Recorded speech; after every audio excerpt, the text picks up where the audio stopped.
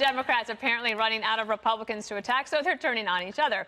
Alexandria Ocasio-Cortez has been battling back and forth with Nancy Pelosi, and now AOC is suggesting that Pelosi's criticism of her and other freshman Dems is racist. AOC saying the persistent singling out, it got to a point where it was just outright disrespectful, the explicit singling out of newly elected women of color.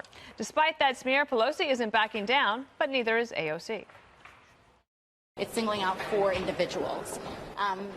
And knowing the media environment that we're operating in, knowing the amount of death threats that we get, knowing the amount of concentration of attention, I think it's just worth asking why. Do you think she has racial animus? Is she racist? No, absolutely not.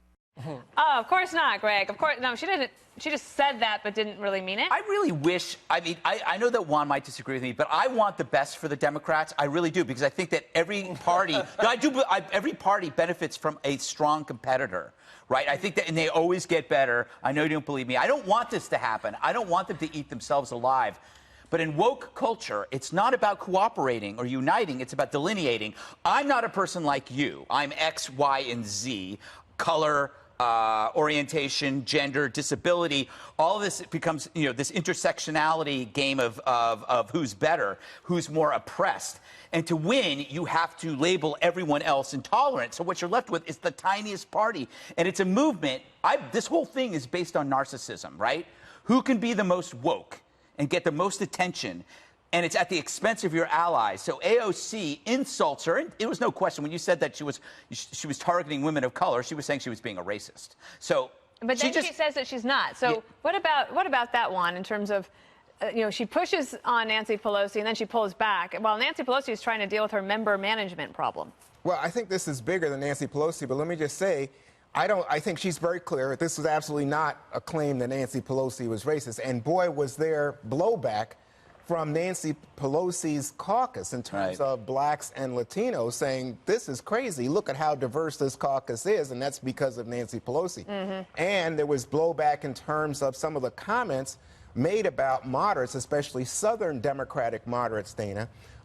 And some of those Southern Democratic moderates, guess what? They're black. Right. And they said, wait a minute, what are you talking about? Right? So I think she's getting blowback within the caucus. But I think that part of this is that people are reluctant. We are reluctant to talk about generational divides in our country. We like to talk about race. We can argue I just think about that's the opposite. No, I think that we love talking about generations. No, we hate race. We don't talk about. That's why we make fun of millennials. By the way, they went after Mayor Pete too. They went after Mayor Pete. No, hang on. Let me finish this point. They don't. I think we as a country do not say, hey, you know what?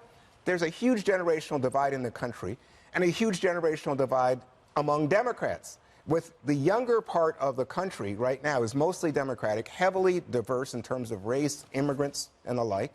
And the older part of the Democratic Party is more, I think it's diverse, but they love Bernie. The young ones love Bernie. Correct. What is that point? My point is generational. I mean, you've got the younger progressives are flocking to Bernie, not to Mayor Pete. So it's not generational, is what I'm saying. I'm not getting a bit. Let me explain it again. Okay, but I think the younger people might, in fact, like a Bernie or like the more progressive politics and the like. But they are really angry that the older folks, as they see it, don't respond to the bullying, to the punching that comes from President Trump. They say, hey, how come you guys don't fight like President Trump? Okay. And why don't you punch back?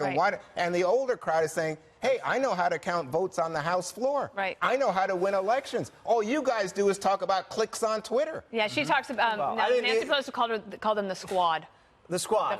That elevates them by giving them a nickname. So I don't know if that was the best technique. Juan, the older Democrats tried to stage a coup against the president. I think they've been fighting the president pretty damn hard the last 2 years.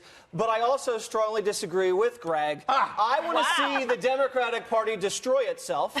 I want to see it eat itself alive. They've uncorked this bottle, this virus, this identity politics virus, and now it's eating them. And now they're upset about it. Oh, really? You guys are upset because the last 5 years, anytime you criticize Barack Obama, racist. You criticize Omar, Islamophobic. You criticize the captain of the U.S. soccer team, sexist, and you don't like homophobic. So, you know what? The chickens have come home to roost, to quote the pastor of Barack Obama. And it's sad because the only time you play the race card and the gender card is because you don't have any cards left to play. And that's what you said right here when you cited this Democratic lawmaker. She sounds like a Republican.